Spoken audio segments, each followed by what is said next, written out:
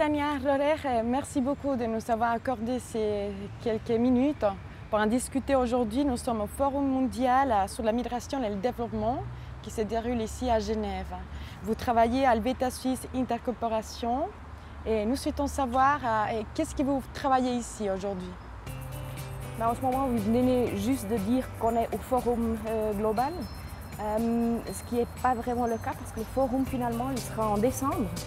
Ce qu'on fait en ce moment, ce sont des activités sous le toit ou bien dans le cadre de ce forum. Ce qu'on fait aujourd'hui, disons hier puis aujourd'hui, ce qu'on a fait, c'est il y a deux parties. Une, c'est une conférence des académiques sur la thématique migration et développement. Puis l'autre, c'est la partie de la société civile suisse qu'on a travaillé ensemble sur des recommandations qu'on voudrait aussi présenter pendant le grand forum qui aura lieu en décembre. Merci Tania. Justement, vous touchez une question qui est très intéressante dans la préparation de ces forums, c'est l'intervention. Vous parlez de la société civile, des experts et aussi des États qui participent. Qui sont finalement toutes ces personnes et d'où vient l'intérêt de travailler ensemble? Qui sont toutes ces personnes? Le groupe qu'on a maintenant ensemble, c'est un groupe de différentes organisations qui travaillent avec la migration d'une ou bien d'autres formes. Ça veut dire que c'est pas un groupe homogène. Sinon, il y a des groupes qui travaillent directement ici en Suisse avec les migrants, les migrantes. Il y a d'autres organisations, disons, comme mon organisation Helvetia, qu'on est plutôt dans le développement en général, international. Il y a des particuliers qui participent aussi, qui sont intéressés. Il y a des académiques. Ce qui manque en ce moment, ça c'est vrai, c'est toute la partie privée. On n'a pas de représentants de la partie privée, disons, des organisations entreprises privées, qui seraient aussi, font aussi partie normalement de la société civile. L'intérêt de pourquoi on est ensemble, c'est clair, on travaille sur la migration. Et puis c'est une possibilité, comme c'est maintenant la Suisse, disons le gouvernement suisse, que cette année a le lead, pour le dire d'une manière, de ce Global Forum, c'est la possibilité de nous mettre ensemble et puis aussi avoir un certain pouvoir de pousser en avance quelques idées. Aussi, revenons un peu sur ce lien entre migration et développement. Où est-ce qu'on est aujourd'hui? Quel est votre avis? Ou quand on parle de migration et développement, de quoi est-ce qu'on parle concrètement? Surtout vous demandez sur le développement. Exactement. Quel est le lien vraiment entre la migration et le développement? Oui, exactement. Ce qui est clair, le concept de développement il est tellement grand. Ce qui est clair, on ne parle pas seulement sur le développement économique. Ça, c'est quelque chose qui est toujours implicite dans le développement, quand on pense si on a plus d'argent, ça sera mieux pour tout le monde. Là, on a tout le concept aussi des remittances, On voit des fonds? Non. On voit des fonds exactement, des migrants vers leur pays d'origine. Puis ça, pour moi, puis je pense aussi pour le groupe en total, ce n'est pas le concept de développement. Ce n'est pas seulement économique, sinon c'est beaucoup plus grand. Ça inclut aussi tout ce qui est le développement à niveau personnel. Ça veut dire il faudra, pour qu'on aille un vrai développement, il faudra améliorer les conditions, soit légales, soit à d'autres niveaux politiques aussi, pour que les personnes peuvent migrer quand elles veulent, mais qu'elles ne sont pas obligées. Si les personnes sont obligées, elles ont les conditions de le faire dans une manière sécurisée. Alors le développement finalement serait de vraiment pouvoir, si on veut, faire la migration dans des conditions qui sont acceptables, qui acceptent aussi tout ce qui est les droits humains. Il me semble que là, vous touchez au fond, c'est aussi les concepts des migrants, des étrangères. Ça change aussi, c'est-à-dire que lui, il est perçu différemment aussi. Le migrant, oui, évidemment, il est perçu différemment. Si par exemple, nous, les Suisses, disons, nous on migre, on le fait en général comme high skill, avec une immigration, puis c'est très bien perçu à niveau global. Mais si on regarde d'autre côté, on regarde un migrant, une migrante qui vient depuis un pays sous-développé, ici en Suisse, l'image n'est pas du tout le même. Et ça, c'est quelque chose qui doit définitivement changer. La migration en soi, l'idée, c'est pas d'éviter l'immigration.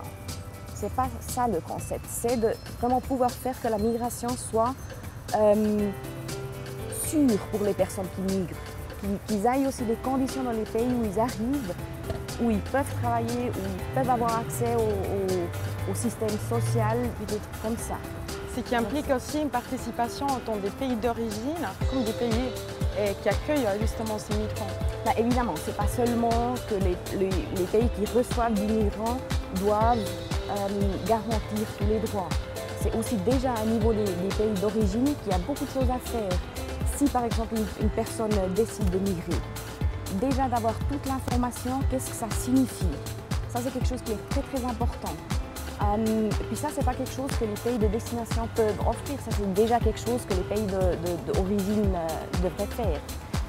Puis évidemment en ce moment, pourquoi il y a tellement de migration, une des raisons c'est l'inéquité entre les pays.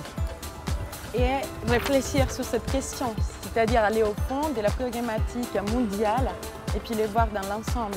Exactement. Si vous touchez les politiciens ou les mesures politiques justement pour les sensibiliser sur ce nouveau concept d'immigration? Bon, du fait tout ce qu'on fait maintenant, puis aussi ce qui sera le Global Forum, c'est vraiment d'avoir entre la société civile puis les gouvernements, alors les politiciens, avoir le discours pour discuter ensemble. Vous souhaitez aussi les mettre de manière homogène, c'est-à-dire qu'ils ne soient pas seulement dans la même mesure au sens local ou national, mais aussi international. Il y a aussi une ambition d'essayer d'homogénéiser toutes les politiques d'immigration. Là, ça veut dire quoi? Homogénéiser, je ne pense pas qu'on puisse homogénéiser vraiment à tous les niveaux. À tous les niveaux, il y a d'autres défis à résoudre par les politiciens qui sont aux différents niveaux. Mais je pense qu'il y a des demandes qu'on a, surtout de la société civile, mais aussi les migrants, qui touchent tous les niveaux de politiciens. Et des questions fondamentales comme les droits humains, qui doivent être respectés aussi pour les migrants, ça c'est une question aussi mondiale, internationale. Évidemment, ça c'est la base. Ça joue à tous les niveaux. Ça c'est la base générale. Puis là-dessous, je dis, il y a tout ce qui est la migration globalisée qui doit jouer sous le chapeau des droits humains. Il y a tout ce qui est à niveau national qui se fait, soit les instruments légaux, mais aussi les politiques d'une nation doivent être sous la Convention des droits humains. Et après, ça descend aussi ici, peut-être à niveau d'un canton, ça c'est clair, ça c'est le chapeau qu'on doit respecter, qu'on devrait respecter. Mais le problème, c'est un peu de respecter seulement les droits humains, c'est une chose, mais de vraiment la mettre en pratique. C'est là où vraiment ça prend du temps, de pas seulement dire oui, on les respecte, mais qu'est-ce qu'on fait vraiment avec? Ça, c'est le plus important de finalement toute cette discussion. Et partie des recommandations que les groupes de travail, vous avez fait une liste de recommandations. De manière très générale, quelles sont les recommandations qui vous pensez qui sont les plus importantes ou celles qui ont retenu le plus d'attention ici au forum? Il y en a plein de recommandations. Alors, ça touche vraiment différents intérêts pour que ça soit vraiment aussi que ça représente un peu les idées de la société civile suisse. Mais je pense, pour ne pas citer des statements plus précis, c'est vraiment ce qui a déjà été dit les années précédentes, c'est vraiment de respecter les droits humains à tout niveau. C'est-à-dire de donner les meilleures conditions de vie, d'éducation, de travail aux personnes qui migrent ici. Aussi compter la famille. J'ai vu qu'une des recommandations parlait aussi des enfants. C'est quelle question qui vous est venue à l'esprit de considérer cet enfant comme un enfant, un mineur, pas seulement comme un migrant par exemple? Juste pour dire, vous avez dit des conditions de travail, puis et disons c'est pas seulement quand on arrive au pays qu'on a eu vraiment les conditions, c'est aussi tout le chemin. C'est les conditions d'origine, c'est tout le transit que les migrants y font, puis après c'est l'arrivée dans le pays d'accueil finalement. Alors c'est pas seulement de garantiser la situation de l'accueil, l'arrivée, sinon c'est tout le chemin, disons, déjà d'origine, juste pour nous. Maintenant les enfants sont vraiment des...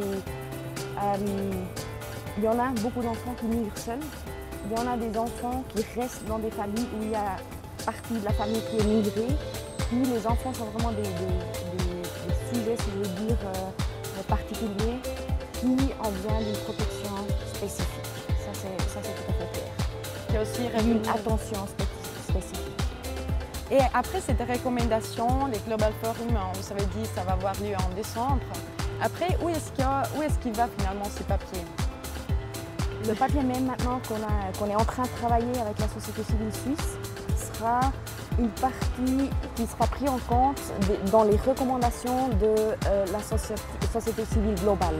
Avant le Global Forum qui est à niveau des États, il y a 2 jours pour la société civile où on va travailler un document qui est pour la société civile globale. Maintenant, en ce moment, on est seulement avec les organisations de la société civile suisse. Alors ça ouvre un peu. Pour nous, c'est un input que nous, on va faire. Puis le global, finalement, va être reflété ou bien discuté avec les gouvernements pendant le Global Forum. Pour ceux qui ne comprennent pas très bien, moi-même, quand on parle de société civile, de qui est-ce qu'on parle? La société civile, ça peut être organisé. Nous, ici, on est surtout des organisations, ça veut dire des personnes qui ne travaillent pas sous les gouvernements, pas directement liées. Ça peut être le secteur civil, ça peut être l'académie, mais la société civile, ce sont aussi des personnes privées qui sont intéressées de discuter des thématiques. Est-ce que les migrants y participent aussi? Oui, les migrants y participent aussi. Il y en a maintenant beaucoup qui sont aussi... Ici, en ce moment, il y a des migrants qui se sont formés en groupe, qui se sont organisés, ce sont des organisations de migrants.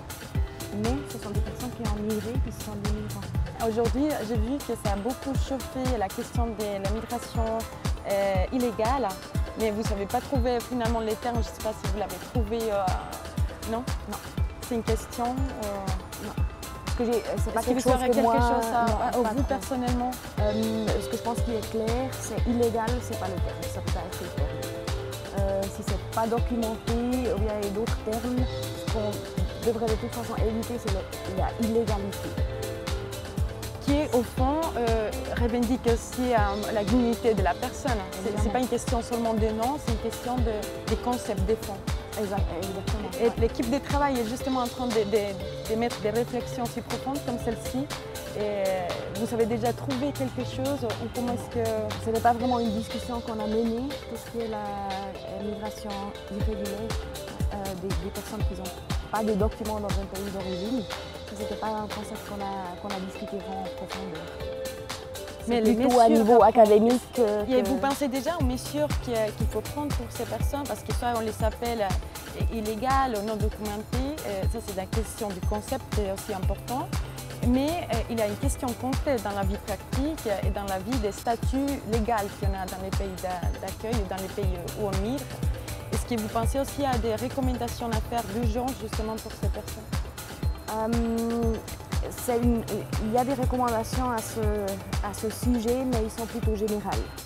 C'est vraiment de ouvrir aux personnes, ou bien de respecter tout migrant indépendamment du statut qu'ils ont.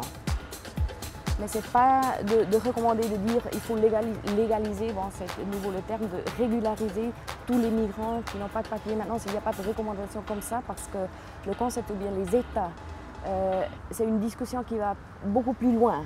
Ce n'est pas seulement de dire on va donner à tout le monde les papiers. Ça, c'est pour un État, c'est une décision qui est plus difficile. Alors pour nous, c'est vraiment de dire, par exemple, accès à l'éducation, accès à des services sociaux, médicaux, des trucs comme ça, ça soit garanti si une personne a des documents ou pas. Ça, c'est quelque chose qui est dans les recommandations, mais ça reste un peu à un niveau plus et des questions impératives dans lesquelles on ne peut pas négocier, on va dire. Évidemment. Tania, encore merci beaucoup. Merci.